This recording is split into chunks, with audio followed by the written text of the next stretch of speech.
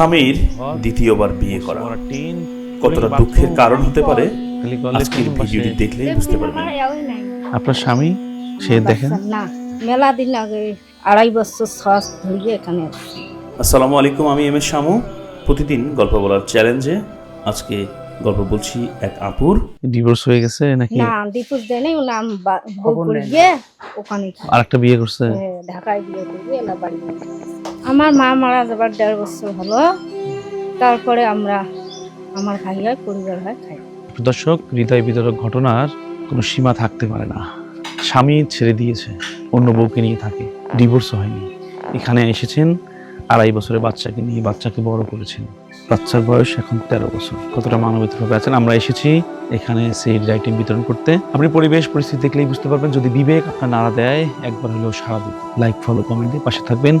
দেখা হবে অন্য কোনো